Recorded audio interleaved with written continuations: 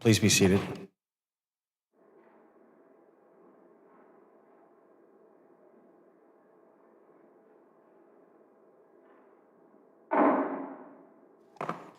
The subcommittee will come to order. Before we get into this, I just want to say we did our second field hearing. The first field hearing for the entire committee was done in Ranking Member Levin's district. He represents Camp Pendleton, and I thought that was fantastic. And I want to thank you personally and professionally for coming to Wisconsin. And we did another field hearing on TAP, and I think it was very, very successful. And you really showed yourself to be a dedicated legislator and a consummate professional, sir. Thank you. So thank you. I guess that was is that a point of personal privilege? I don't know. There's some language for that, but I really mean that. It was awesome. You did great. And Ms. Ramirez, I apologize for being tardy. I want to thank everybody for being here today to discuss how we can ensure that our transitioning service members are receiving the mental health support they may need before, during, and after transition. And as always, I appreciate the nonpartisan nature of this subcommittee. We got a little squirrely this morning, honest to goodness, and we don't need that here, the politics. Myself, I'm guilty of it also, Ms. Ramirez, so if I said something to offend you earlier, I apologize publicly and privately, if you would like also. You're also a professional, ma'am. So we're just not going to do that here. We're just not. It's no secret to anyone, as a former SEAL, fixing the TAP program for our transitioning service members is something I'm very passionate about. I've had over 21 of my friends, actually 21, commit suicide. Navy SEALs that you never heard about. And, you know, one is too many, 21 is very troubling. We've made improvements in the transition assistance program. One of my top priorities during the Congress, and have advanced numerous bills in that direction. I know change doesn't happen overnight, but for some of our veterans, if change is not implemented soon, it will be too late. The scourge of suicide takes an average of 17 veterans' lives a day, and I believe that number is not accurate. I believe it's much higher because the way the Veterans Administration actually records suicide, so I believe it's much more than that. Data shows that in recent years, many of our veterans who died by suicide had transitioned from the military no less than 2 years prior to the death. The year before transitioning service members are discharged and 2 years after are the most dangerous time for a new veteran, especially those who are younger and are trying to navigate the civilian world. The issue is that in a millisecond, you lose your uniform, your rank, your authority, anywhere from half to your entire paycheck. And the joke with my wife and several other military spouses is twice the husband, half the paycheck. That's real. How many spouses do we have here? In 2020, the suicide rate for veterans who had transitioned from the military just 1 year prior was twice as high as the national average, and that statistic keeps me up at night, and it should keep everybody up at night, especially people sitting on this panel. These veterans are not just numbers. They are my friends. They are the people that have ensured that we have the ability to conduct this hearing in peace. We just simply have to make sure that we do better, and we can.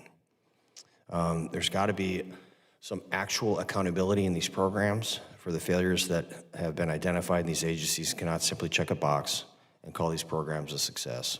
One life lost, again, is too many. The Government Accountability Office has identified numerous ways that we're failing to connect our service member with mental health services. The warm handover process is not happening as it should. Who in the federal government or personnel on these bases is accountable, and what can we do to change it? This isn't just a big hand little map issue.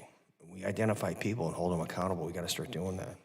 The In-Transition program, which is supposed to ensure service members with identified mental health issues are connected with the mental health provider after transition, is not connecting with service members about 70% of the time. According to the Government Accountability Office, In-Transition has a successful contact rate of 2%. So who in the DOD is accountable for calling these programs a success and coming back here and getting money every year? It's 2%. It's absurd. I'm very frustrated by DOD's failure to respond to the GAO's recommendations immediately. And to my knowledge, DOD only did so after I sent a letter to them asking about these recommendations for their plan to improve this program to reach actual service members, and I believe I'll be reading the response that I got back because it makes absolutely no sense at all. I don't want to hear platitudes any longer. I don't want to hear any excuses today. I want to hear concrete ideas for how we're going to reach the goal, and that is to get in contact with as many veterans and vulnerable veterans as possible. With that, I'd like to yield to Ranking Member Levin for his opening remarks. Thank the Chairman for your dedication to this topic, and thank you for your hospitality as well. Had a great time in La Crosse. I learned that, well, La Crosse is, roughly halfway between Green Bay and Minneapolis. You do not cheer for the Vikings, you cheer for the Packers. And excellent cheese curds. And again, really appreciate your whole staff as well. Excellent field hearing. And I think it's archived on the internet somewhere, hopefully. It is. It was on ESPN, the Ocho, which is, as we know, it's C-SPAN. But it was really good. And then hearing from, some of the veterans themselves, I think in particular, was really impactful. We've done a number of hearings on transition, and we've actually made some great progress. Thinking back in the 5.5 years I've been doing this, I remember my friend Jody Arrington and I got the Bill Mulder legislation across the finish line. That's named after a friend of Jody's from high school that tragically took his own life after service. And we now have the off-base transition training program, the pilot, better late than never, and we're getting that off the ground. Certainly look forward to discussing that with you in future hearings. But a lot to cover today. And as service members prepare to end their active duty military service, it's critical that they have effective support to reintegrate into civilian life, especially important for those who may be at risk for a difficult transition. We know that connecting veterans with services as early as possible will help prevent a crisis, and the best time to do that is before their exit from the military. Separation is a milestone characterized by a variety of stressors and adjustment challenges. Recent studies have shown that the risk of a veteran dying by suicide is particularly elevated during the first year after the separation from the military. That's why I introduced the TIER Act, the Transition to Improvement by Estimating Risk Act, which would add new screening criteria to better tailor the transition process to individuals. We need to also ensure that transitioning service members have access to the health care that they need as soon as possible after they separate from the military. Ranking Member Takano has the Ensuring Veterans Smooth Transition Act, and that's what that legislation would do, would automatically enroll veterans into VA health care unless the veteran opts out upon discharge from active duty. It appears there are a number of services and different things happening, some of which are working, some of which need to be working better. The GAO report in particular concerned me on how some of these programs are being implemented and their relative effectiveness. TAP is jointly administered by 7 federal agencies. Think of that, 7 federal agencies. And this adds just complexity, layers of complexity. And ensuring each and every service member receives the support or assistance that he or she needs is complicated by the fact that you have so many agencies involved. GAO found that from April 1st, 2021 to March 31st, 2023, 4,300 service members who were considered at risk of having challenges during transition did not receive a warm handover. 4,300. The warm handover means person-to-person connection from TAP to agency partners that provide services and resources. That could mean VA, it could mean the labor folks. That's tailored to the veteran's needs. That's the key. I'm worried that warm handovers are not happening. That is not acceptable when we're talking of thousands and thousands of people. That means veterans are falling into the cracks. That means they're falling literally into the cracks between the agencies. And that just simply cannot be happening. I'm also concerned that TAP is not a priority for the DOD. And for the chairman, we have been concerned about this for 6 years, that the DOD does not have that same level of urgency when it comes to TAP. According to GAO, 11,000 service members transitioning between April 1st, 2021 and March 21st, 2022 that were considered Tier 3, meaning they were at risk of having a difficult transition, did not attend at least a portion of the required core TAP classes. That's 22% of the service members in the sample. Tells me DOD is not focused enough on this. I know DOD has many other priorities, important priorities. Their job is to fight and win war. But I also believe that taking proper care of service members and their families during the transition out of the military helps enable the DoD to do their core mission. Every successfully reintegrated veteran shows the next generation the opportunities that are provided through service, and every veteran in crisis gives potential enlistees pause. So we can't accept the status quo.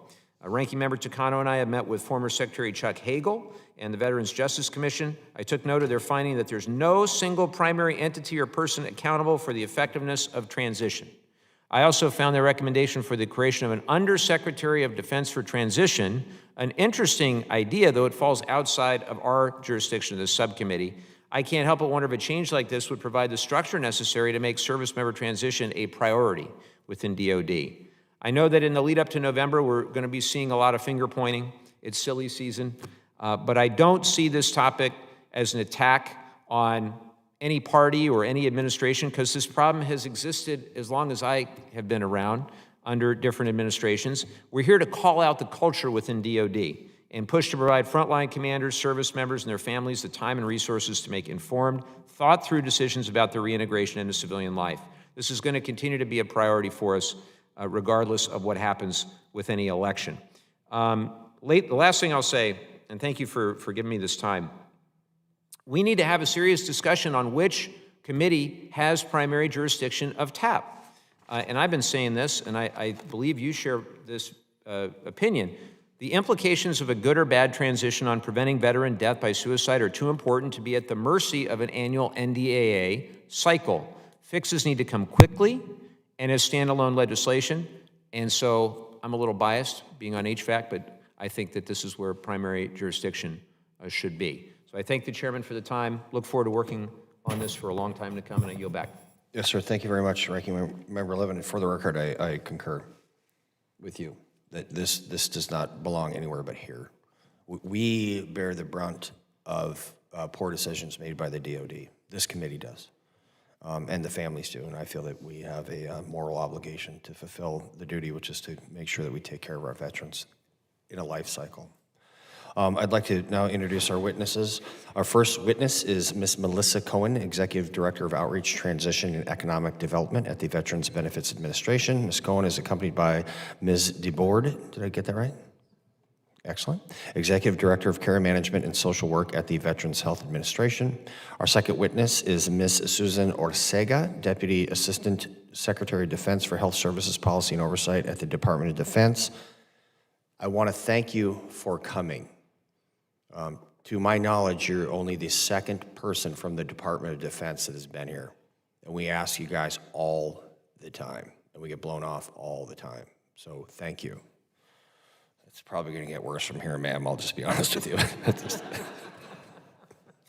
Our third witness is Alyssa Hundrup, Director of Healthcare at the Government Accountability Office. And our final witness is Mr. James Rodriguez, my friend, Assistant Secretary for Veterans Employment and Training Service at the Department of Labor. Please stand and raise your right hand.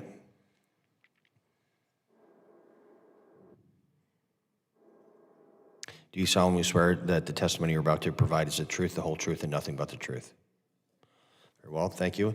Let the record reflect that witnesses have answered in the affirmative. Ms. Cohen, you are now recognized for 5 minutes to deliver your testimony on behalf of the Department of Veterans Affairs. Thank you. Chairman Van Orden, Ranking Member Levin, and distinguished members of the subcommittee, I appreciate the opportunity to appear before you today to discuss access to mental health care programs and services during the transition from military to civilian life.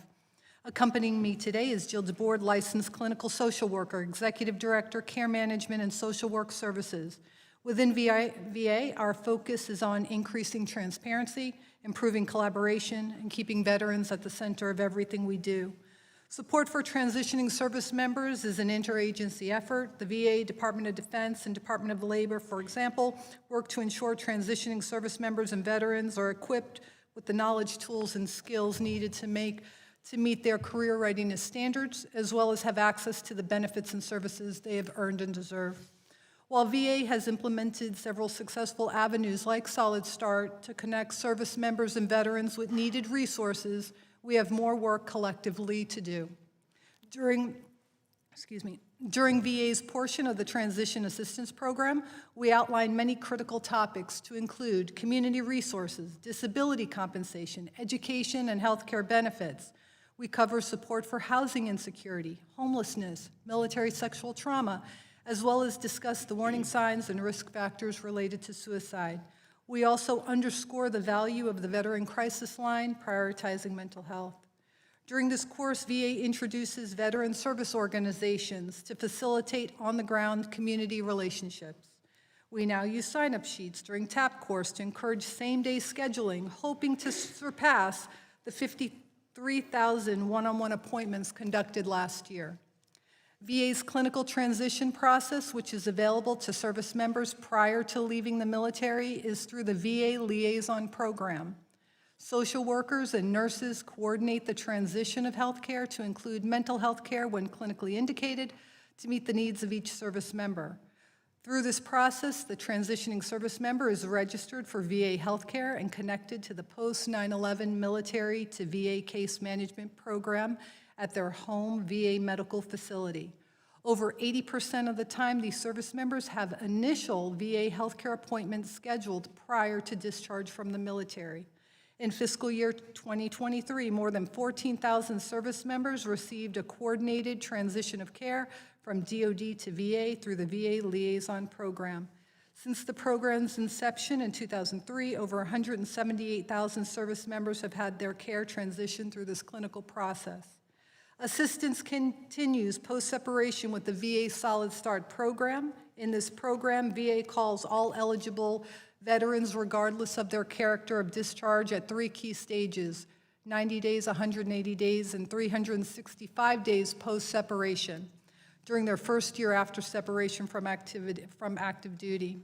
Using data provided by DoD, Solid Start provides priority contact to veterans meeting certain risk factors during their last year of active duty.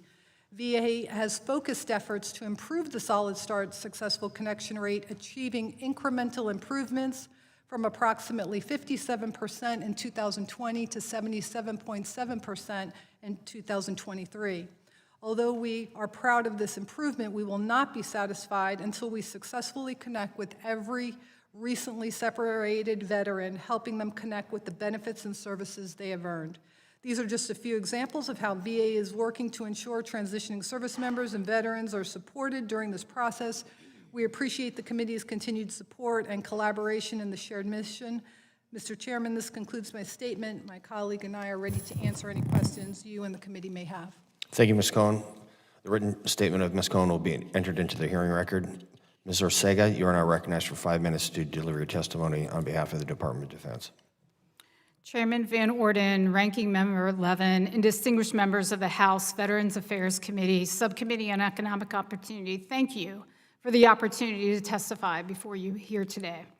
I'm pleased to represent the Office of the Assistant Secretary for Defense for Health Affairs to discuss the Department of Defense's commitment to mental health support programs for separating service members.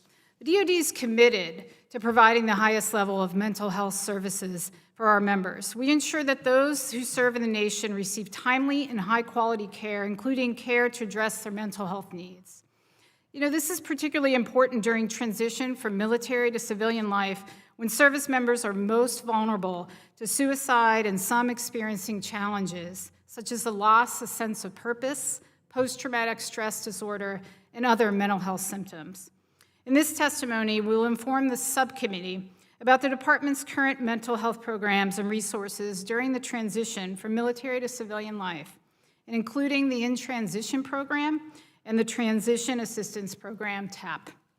The DoD created the In-Transition Program in 2010 in response to a 2007 report by the Department of Defense Task Force on Mental Health, which revealed that a number of service members were disengaging from mental health care treatment as they transitioned from the Department of Defense to the Veterans Healthcare System.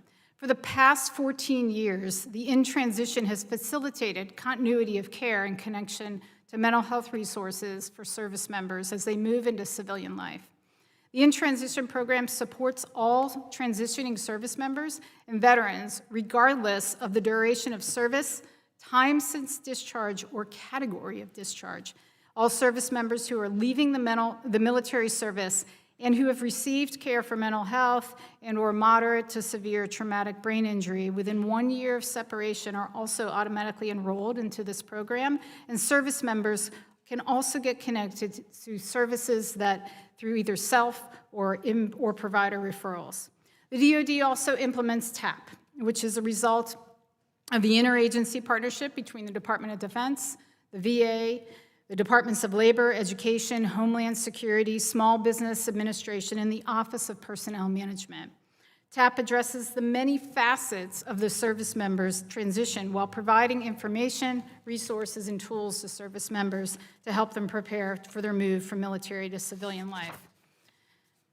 The mental health of service members remains a priority of the Department of Defense, and we are continuously identifying opportunities to improve the delivery of mental health support for those who serve our nation. A recent GAO report examined elements of the DoD in Transition Program and the DoD-VA Joint Executive Committee's assessment of the effectiveness of their efforts to facilitate access to mental health services for transitioning service members. The DoD reviewed the GAO report and recommendations, and a formal comment from the department is in progress. Thank you for your continued support of the health and well-being of our service members in inviting me to be here with you today to discuss this important issue of continuity of mental health support services for transitioning service members. We recognize we have more work to do and much more progress to make in support of our service members when they transition into civilian life. We remain committed to enabling service members to receive the necessary mental health support that they need during this life-changing and important transition. I look forward to your questions. The gentlelady yields back. Thank you, Ms. Orsega. The written statement of Ms. Orsega will be entered into the hearing record. Ms. Hundrup, you are now recognized for 5 minutes to deliver your testimony on behalf of the Government Accountability Office. Chairman Van Orden, Ranking Member Levin, and members of the subcommittee, thank you for the opportunity to discuss our work on DoD and VA efforts to provide mental health support for service members and veterans during their transition from military to civilian life. The transition period can be fraught with challenges as service members adjust to social and civilian life outside of the structured military.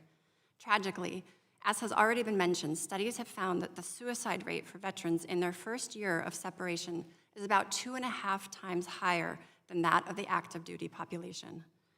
My testimony today covers findings and recommendations we have made related to 3 different VA and DoD programs that are in place to support service members and veterans during the transition period. In July, we reported on DoD's In Transition program, a program intended to facilitate connections to mental health services during times of transition. The program identifies individuals for automatic enrollment if they meet certain criteria, including the use of mental health care in the year prior to their separation. However, we found several concerns with this program. First, In Transition does not identify eligible individuals until 2 to 3 months after their separation. This falls during the last 9 months of the 24-month transition period, which may result in a gap in assistance during a particularly vulnerable time. Second, In Transition is often unable to successfully reach eligible individuals, due in part to outreach that relies on cold telephone calls. We found the program was unable to successfully contact over 70% of enrollees. This means that individuals were dropped from participating before they were potentially even aware that assistance could be provided. We recommended that In Transition identify eligible service members prior to their separation, as well as expand methods of outreach, such as through emails or texts, to better reach individuals and ensure their continuity of care. Lastly, we found that In Transition lacked performance goals, and we recommended that it establish them to help assess the program's effectiveness. This would help decision makers identify improvements and hold the program accountable. In March of this year, we reported on DoD's warm handover process within its Transition Assistance Program. Through person-to-person connections, warm handovers are intended to assist service members who may be at risk, such as with gaps in medical care, unemployment, or homelessness. However, we identified several issues with DoD's warm handover process. For example, we found that DoD does not know why some service members who are at risk for a challenging transition are not receiving those warm handovers. Our analysis found that at least 4,300 service members who separated from the military during a 2-year period should have received one, but did not. We also found that DoD has not reliably verified who is receiving a warm handover or assessed their helpfulness, such as confirming whether individuals received needed services. We made a number of recommendations to improve the warm handover process, including that DoD determine why service members may not be receiving them, better verify when they're occurring, and assess the helpfulness of the process. In January of 2023, we also reported on aspects of VA's Solid Start program, a program that supports the well-being of new veterans by helping them to connect with mental health and other services. Of note, Solid Start prioritizes earlier outreach to those who received mental health care in the year prior to separation. In May 23, VA implemented our recommendation to work with veterans organizations to address outreach gaps and assess strategies for hard-to-reach groups, such as those experiencing homelessness. Finally, in light of the many programs DoD and VA have in place, we have recommended the two departments work together through the Joint Executive Committee to assess the effectiveness of their programs overall in facilitating access to mental health across the transition period, and importantly, address any identified gaps. In closing, DoD and VA have taken steps to implement some of our recommendations. However, continued leadership attention and critical improvements are needed to ensure transitioning service members and veterans have the mental health support they need and deserve. This concludes my prepared statement. I'd be happy to answer any questions you may have. Thank you. Thank you, Ms. Hundrup. The written statement of Ms. Hundrup will be entered into the hearing record. Mr. Rodriguez, you're now recognized for 5 minutes to deliver your testimony on behalf of the Department of Labor. Thank you, Mr. Chairman. And Chairman Van Orden, Ranking Member Levin, and distinguished members of the subcommittee, thank you for inviting me to testify today. Successful employment is one key to economic success and can strongly impact physical and mental health, life expectancy, and the quality of life. Veterans with service-connected disabilities, including mental health conditions, often experience relatively low labor participation rates and high unemployment compared to their non-disabled counterparts. Research indicates that unemployment can adversely affect mental health and is associated with a higher risk of suicide among veterans. And veterans with mental health conditions, particularly those at risk of or experiencing homelessness, may face increased risk of suicide following job loss.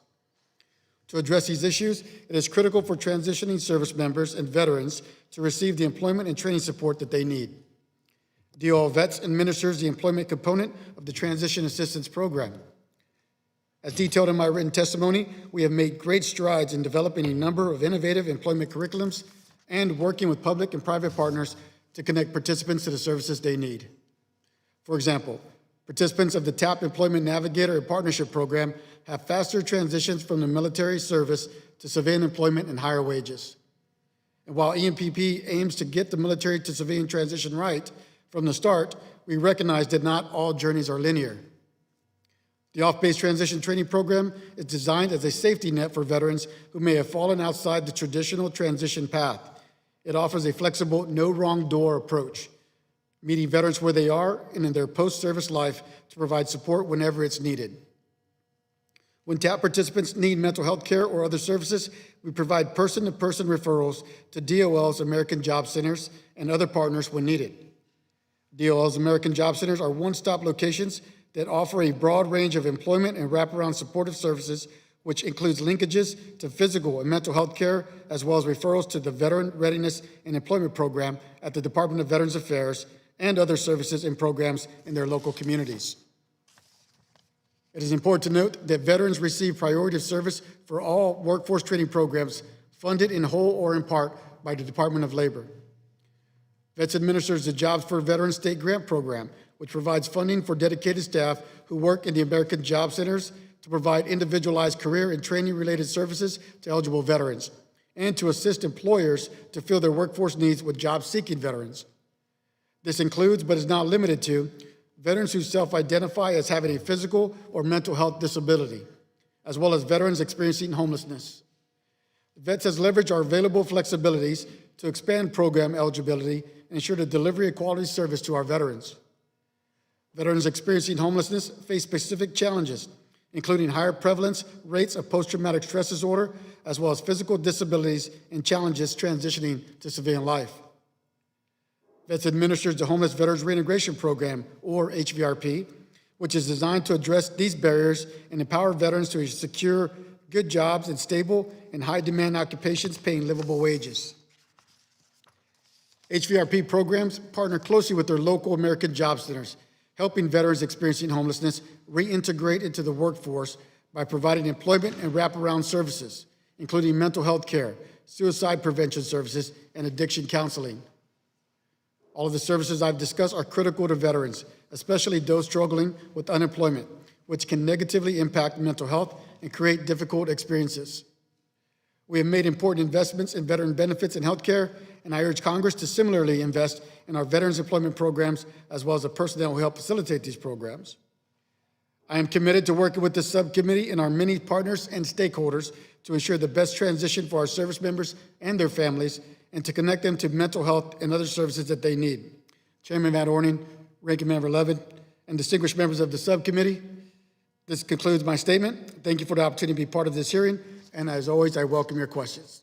Thank you, Mr. Rodriguez. The written statement of Mr. Rodriguez will be entered into the hearing record. I'm now going to proceed to questioning, and I would like to recognize Ranking Member Levin for 5 minutes to question the witnesses. Thank you, Mr. Chairman, and I've got a bunch of questions. We'll get through as much as we can in 5 minutes. Hopefully we'll have a second round if there's time for it. I want to start with DOD. I want to, as Chairman said, thank you for being here, and all, honesty, it's really reassuring, and this is what we need. I can tell you, we appreciate your record of service as well. I believe you're in the Commission Corps of the Public Health Service was your background. I'm very grateful for that service. I hope you agree with the statement, every successfully reintegrated veteran shows the next generation the opportunities provided through service, and every veteran in crisis gives potential enlistees pause. So yes, you agree with that? Good. We have a huge problem here, okay, according to information that we've seen. You've got tens of thousands of high-risk service members that are not attending their TAP classes the way they're supposed to be. What are you doing? This is not your fault, right? It's not you. But what is the department doing to enforce the current mandated timelines for attendance for TAP? And how are you holding the services accountable for doing this? Thank you very much, Chairman, for the question. First of all, I think we recognize there's so much more work to be done. And while the office that I work under is not responsible for the TAP, under Health Affairs, we're responsible for the policies and the guidance that influence TAP. So I am committed to taking back to those service military departments this point about TAP and ways of which we can work better. So I appreciate your answer. And again, it's not your fault, but the inability to, do something about it yourself, I think, is a symptom of the department not having a single person or entity responsible. And it's deeply frustrating. I think we have to work on a bipartisan basis here. We've got to do everything we can to try to address this. We've heard veterans express concern and frustration. They didn't feel the level of support that they needed. They felt rushed. I've heard this personally, rushed through the process. They're given a lot of information in a very short period of time, and they are perceived, and I've heard this from multiple transitioning service members in the last number of years, that they're being treated significantly differently as soon as they communicate their decision to leave the military. So how is the department addressing all of this, and what changes can you commit to?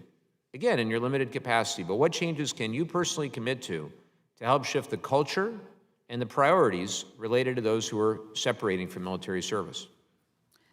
Again, thank you for the question. Since I've been appointed, I've identified mental health as one of my big focuses in my portfolio. And my team is committed to mental health of our service members, both active duty and then transitioning members. And there's really 3 focuses. One, reducing the stigma. We've got to do better at reducing stigma. 2, increasing awareness. And then 3, promoting the capacity of those that have behavioral health professionals who can touch and tap into reaching and connecting with those individuals. I think all that sounds great. I think there is fundamentally a culture shift that needs to occur as well. And look forward to further discussion in the months and years ahead. With the time I have left for now, I want to turn to Solid Start. Director Hundrup, thank you for the work that you provided, very enlightening.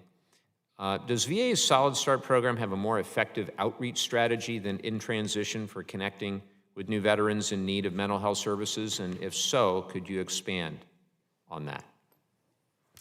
Thank you. Yes, we did find some notable differences between the two programs, particularly that Solid Start has been more successful in reaching veterans. To put a point on it, in our work, we found that Solid Start was able to successfully reach over 70% of veterans.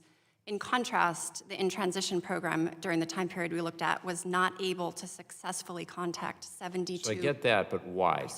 So, right, so I think there are key differences. 18 seconds. Okay, key differences in their outreach strategies. Solid Start is using different methods, many different phone calls at different points in the year. In Transition makes just Hold a few that phone thought, because calls. I'm going to come back to you, Okay. assuming he gives me a chance. Okay. Thank you. I yield back. Gentleman's time has expired. The chair now recognizes Ms. Ramirez from the great state of Illinois for 5 minutes. Thank you, Chairman. As a member of the subcommittee, I've been really proud to stand beside my colleagues who recognize the importance and the value of investing in mental health support programs. So thank you, Chairman, for this committee hearing. We really are at a critical moment where mental health is at the forefront of hearings, of discussions, of roundtables across several congressional committees, obviously including this one. And why? It's because the communities we serve, they can't wait no longer. We have the ability to treat and provide support for these struggling with mental health, and we have to use every single tool in our toolbox so that we can ensure that these resources are widely available and that they're known. I can't emphasize enough that as a member of this committee, we're advocating for all veterans, and that includes women veterans, that includes veterans of color, and certainly disabled veterans. Every single veteran deserves quality, accessible mental health support, especially while they're going through the process of transitioning to civilian life.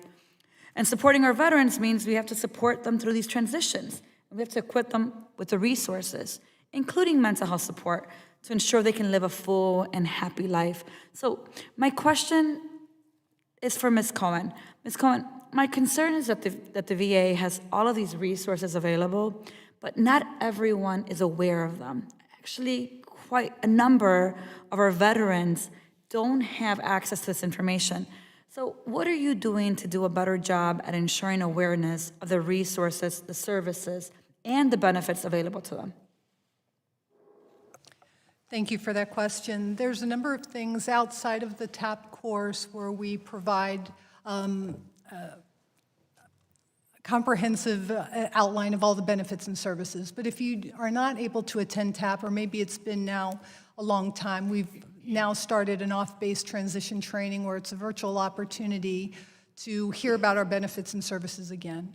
We've also implemented a new outreach strategy where I've worked with all the 56 regional offices, and we've asked that they come forward with a plan that's data-informed, that they better understand their communities. In FY25, you will see a focus on counties that have never received outreach before. We're also asking for increased stakeholder engagement. The 3 top topics will be homelessness, rural communities, and focuses on women for FY25. So those are a few of the examples of how we're stretching and trying to reach more veterans. Thank you, Ms. Cohen. And I guess this question is almost a follow-up, but this one is for Ms. Cohen and Ms. Orsiga. Can you both explain how the DOD and the VA are ensuring that transitioning service members, especially those with unplanned or unexpected transitions, and those with disabilities, are provided the access and resources to all the benefits available, in the short time they have before exiting the military? And I guess we can start with you, Ms. Orsiga. Thank you again for the question. I think one of the things, first of all, is, as we previously mentioned, is we have mechanisms in place where the Department of Defense, the in-transition program particularly that I can speak to under Health Affairs, has connections and really starts to look at connecting with the folks on the VA side in terms of bridging those gaps and leaning in.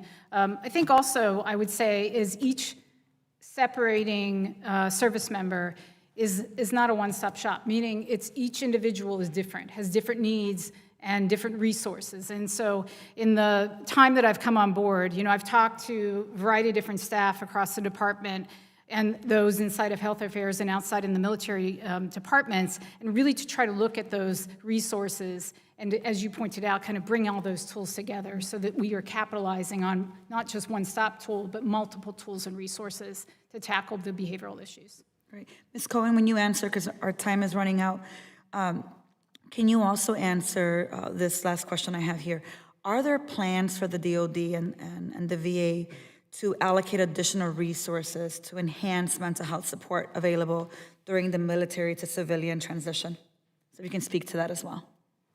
Thank you so much. Very quickly, we try to reach every single veteran that transitions to your first question. So some of the successes of Solid Start are we're going to email them and talk about the benefits. We give them a welcome packet. We talk about it in TAP, and we're going to call them 21 times if needed to connect. It is a priority for our organizations to collaborate and continue focus on this topic of mental The gentlelady's time has expired. Mr. Ramirez, if you'd like a second round of questioning, I'm more than happy to do that. Yeah, great. Very well. The chair now recognizes Mr. McGarvey for 5 minutes. Thank you, Mr. Chairman. Thanks, everyone, for being here today. As you all know, a robust and well-supported transition is critical to preventing our veterans from falling through the cracks. However, I've got to echo the frustrations of my friends and colleagues on the dais here that there's a disconnect in how seriously DOD is taking transition and its implementation. Ms. Orsiga, I understand from the GAO report on access to mental health services that you all plan to release the Enterprise Individualized Self-Assessment in 2025. I think what concerns me is that we have not yet addressed the attendance issues that seem to be prevalent within TAP. So according to the GAO's December 2022 analysis of TAP data, nearly a quarter of service members who were required to attend TAP did not do so. And 70% didn't start TAP more than 1 year in advance of their separation as is supposed to happen. That's incredibly concerning. We've heard from veterans on an individual level. Commanders sometimes don't make time for their service members to attend the needed classes. We've also heard on a structural level that there is a pervasive and lingering culture across the DoD that makes TAP a back burner issue. Or worse, they just don't care. That's unacceptable. This must be a partnership. VA can't carry the weight all on its own shoulders. So, Ms. Orsiga, my question to you is, what steps are you all taking to ensure that every service member attends TAP and that individual commanders and others responsible for service members' time comply with requirements? Thank you very much, Congressman. So while I'm not responsible for the TAP within my responsibilities, I understand the frustration, and I'm committed to carrying this information and this message back to the departments. Each of the departments are responsible for the TAPs, and what Health Affairs does and what is in my responsibility focus is looking at those policies and working towards the guidance that implements and informs the TAP program. So I'm committed to taking that message back to the department. Thank you for taking it back. And who is responsible for TAP? Each military service department is responsible for the execution of the TAP within each of their services. Because I don't want this to be an example of where everyone can point the finger at somebody else and then no one becomes accountable. So who would be the most accountable to getting our service members to actually do the TAP services? Important question. Each of the service members that are connected and assigned to each of the service military departments, that's predominantly where the individual TAP counselors are assigned to each of those service members. And what steps are being taken to ensure that those service members determined to be at risk for a difficult transition actually attend all their required core TAP classes? Thank you for that question. And while I'm not responsible for TAP and the execution of it, I will take that question for the record. And get back to you. To whom will you take that question? I'll take that question back to the department, and we'll take it for the record. And which department or which person? Each service department executes the TAP program. So each of those military departments, so if you're in the Navy, if you're in the Army, et cetera, et cetera. And is there a specific person or office in each one of those departments? I'll take that information back, and we'll take that for the record. Right. But when you say you're taking it to the Navy, that's just a big entity for us. Who? So each of the services, if you look at the commands and down to the individual service members unit, all of those individuals, as they separate, as they retire, they have counselors, and those counselors then meet with those individuals. So we'll have to get those details for you and get that information back to you. That would be great, because I feel like we all want the same thing, but I don't have an answer to the questions yet. And so this is really important to all of us, and I would just love to know specifically who you're going to take that information to that is capable of implementing it, because that would help us have some accountability. Understood. Thanks so much. And I see I'm short on time. Appreciate it, Mr. Chairman. The gentleman yields back. I now recognize myself for 5 minutes. Ms. Cohen, you said you contacted 14,000 veterans? Is that right? 14,200 something in your testimony? Thank you for that. Let me just. So I believe page 2 out of 11 of your written testimony. The answer is yes. So, Yes. okay, I'm sorry. so you've contacted 14,000 out of how many? Thank you for that question, and that's specific to VHA, and I will turn that over to my colleague, Ms. DeBoard. All right. Thank you for that question, and thank you, Ms. Cohen. So you're speaking, Representative, to the VA Liaison for Healthcare program? Yes. Yes. In my humble opinion, a best practice for transitioning veteran service members. 100% you're not answering the question I asked. I said you contacted 14,000 according to Ms. Cohen's testimony. Out of how many? Out of The answer is 200,000 that would That's have been. 0.07%. Okay, where I come from, that's failure. I certainly would not come up here in front of this committee and tout that as a good number. That's horrible. That's 0.07%. Ms. Ortega, I wrote a letter, it's really detailed, fancy words and stuff, about the GAO report, a whole bunch of things, and I asked this series of questions. There's 9 of them, very detailed. How does the Department of Defense plan to revise transition assistance criteria? How does DOD plan to modify outreach? DOD to coordinate, blah, blah, blah, blah, all this stuff, like super detailed, right? Here's the response. And I will ask unanimous consent that these are both entered into the record without objection, so ordered.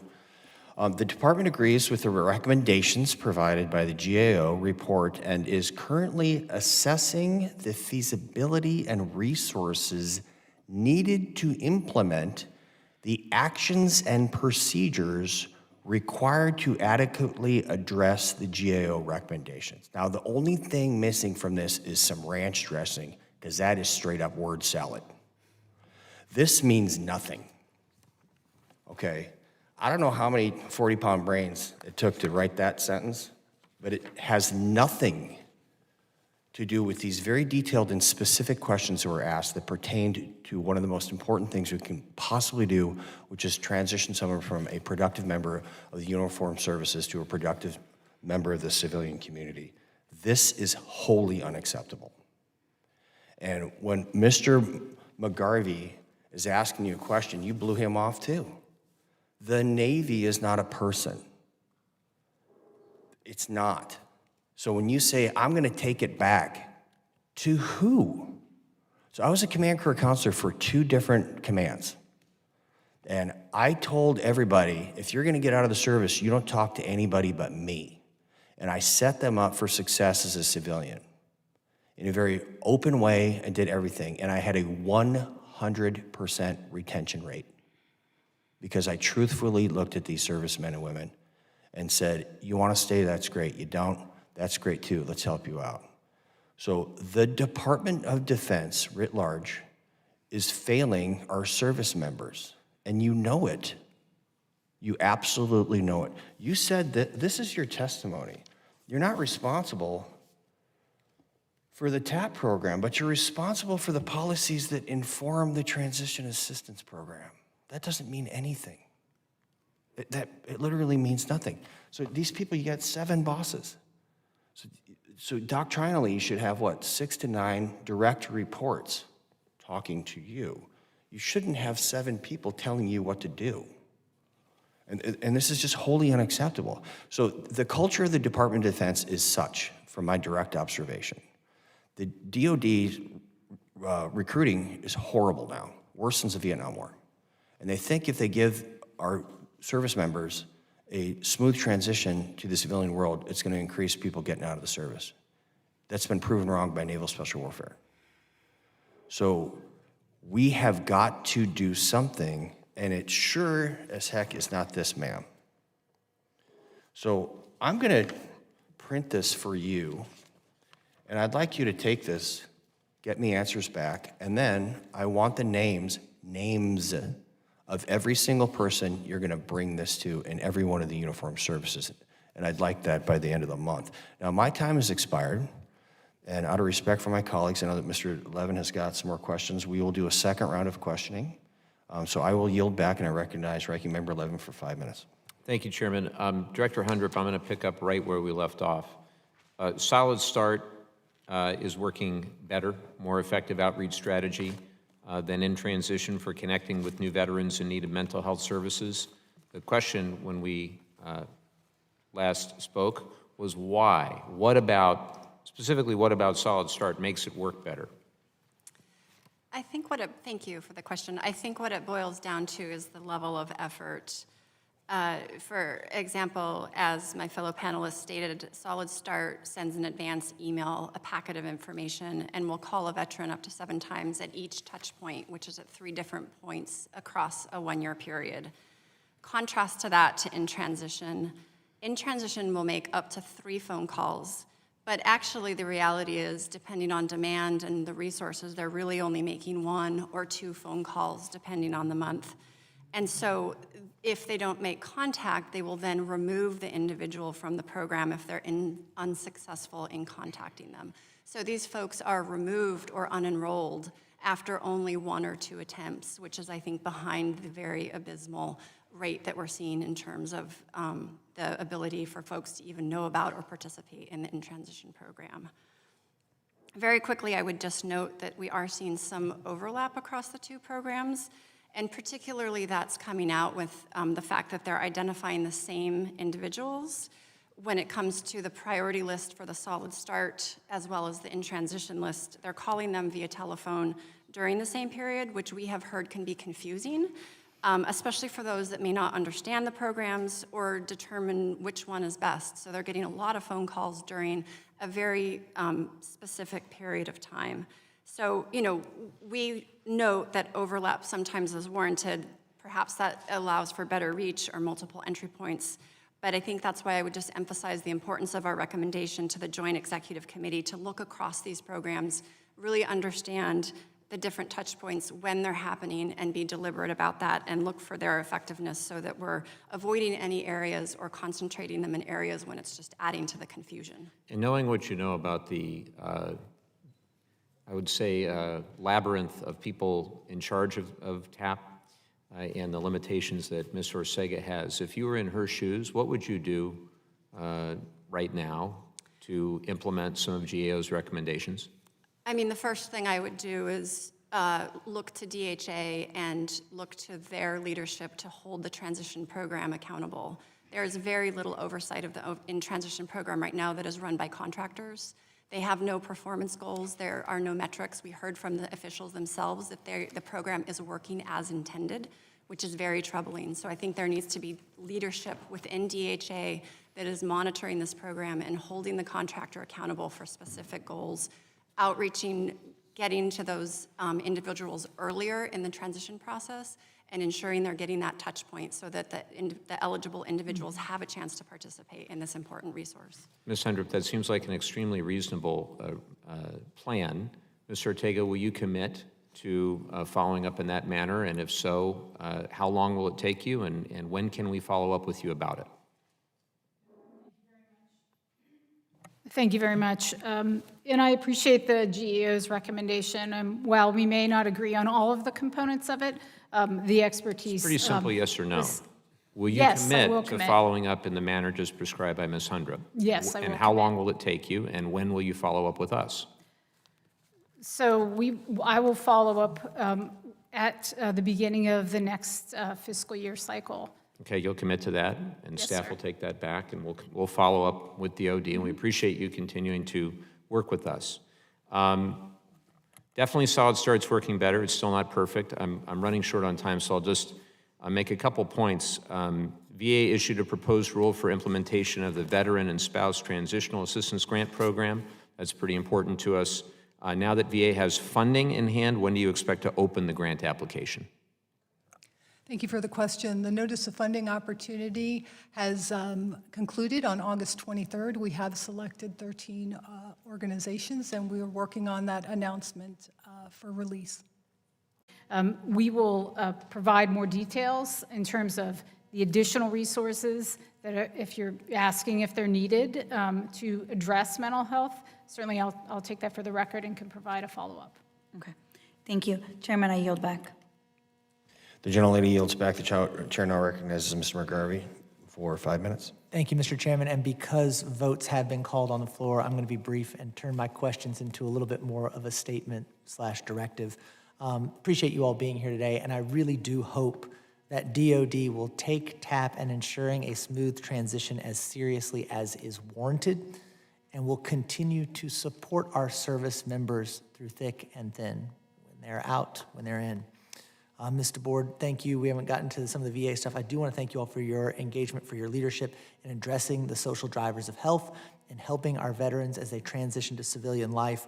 One thing, I just want to make sure that the VA is not only assessing and providing initial interventions that match veteran families to social resources, but also to see these referrals through to completion. And even in some way, maybe you all are doing it, but making sure there's a systematic way to capture completion data related to the internal consults and community referrals, and to provide necessary follow-ups for veterans who might have just engaged a social worker even one time. Something to think about, and appreciate you all being here today. Thank you, Mr. Chairman. I yield back.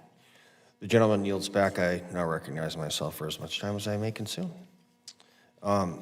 So in the military, you issue orders and things like that, and one of the things that you do is you have someone restate the mission so that you know that they know what your intent is.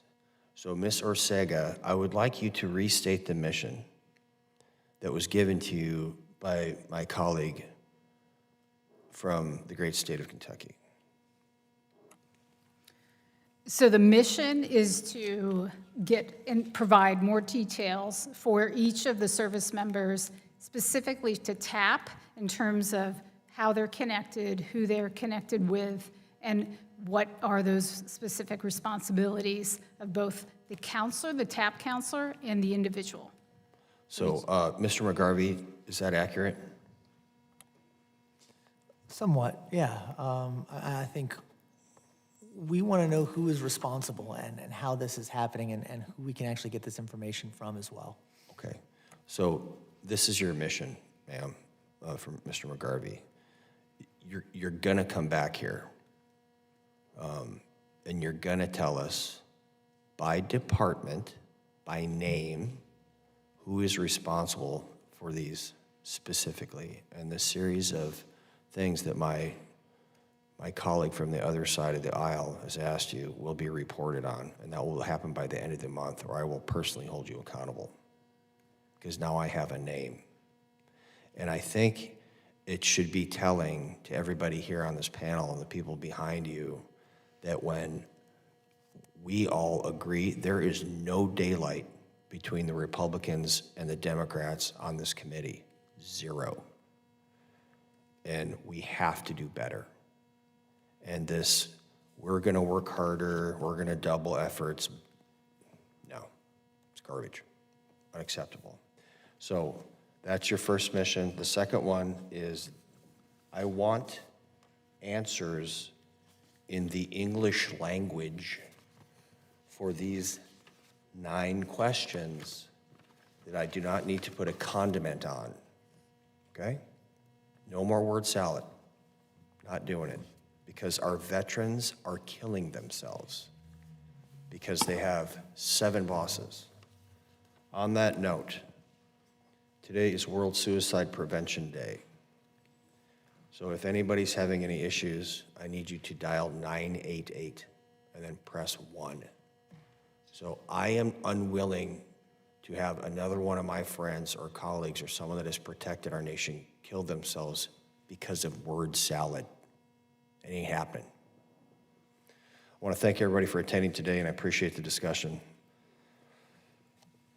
And this is not over. We just have to do better, and we can.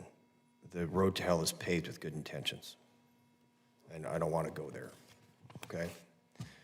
So with that, I yield to my friend and colleague, Ranking Member Levin, for any closing statements you may have.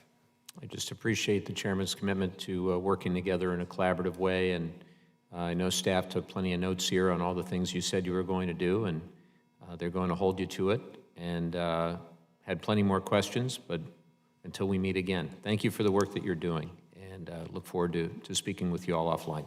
Yield back. The gentleman yields back. Thank you again, everyone, for coming here today, and ma'am, Ms. Orsager, no kidding, I really appreciate you showing up.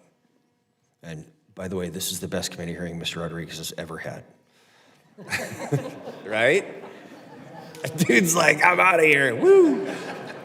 I ask unanimous consent that all members may have 5 legislative days to revise and extend their remarks and include extraneous materials without objection. So ordered, the hearing is adjourned.